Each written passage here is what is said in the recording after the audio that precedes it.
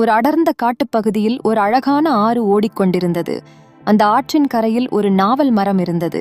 அந்த நாவல் மரத்தில் சில குரங்குகள் அந்த நாவல் பழங்களை தின்று வாழ்ந்து வந்து கொண்டிருந்தது.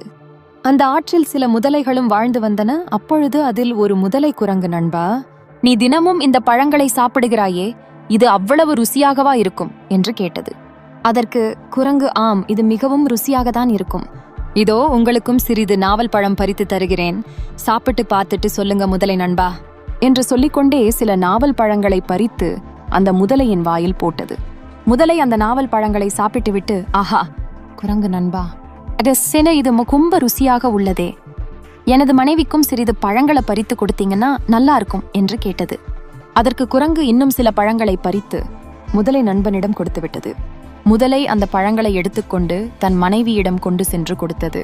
மனைவி அந்த பழங்களை சாப்பிட்டு விட்டு, என்னங்க இந்த பழங்கள் மிகவும் ருசியாக உள்ளது, இந்த பழங்களே இவ்வளவு ருசியா இருக்குதுன்னா அந்த பழங்களையே டெய்லி சாப்பாடாக சாப்பிடுற அந்த குரங்கோட இதயம் எவ்வளவு டேஸ்டா இருக்கும், எனக்கு அந்த குரங்கோட இதயத்தை சாப்பிடணும் போல இருக்கு, அதை கொண்டுட்டு வாங்க என்றது.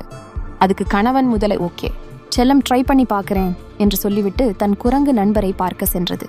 முதலை தனது குரங்கு நண்பரிடம் சென்று, குரங்கு நண்பா, இன்னைக்கு நீ கொடுத்த பழம் ரொம்ப டேஸ்டா இருந்துச்சாம், அதனால உனக்கு ஒரு விருந்து வைக்க என் மனைவி உன்னை வீட்டுக்கு கூப்பிட்டு வர சொன்னாங்க, என் கூட கொஞ்சம் வர முடியுமா?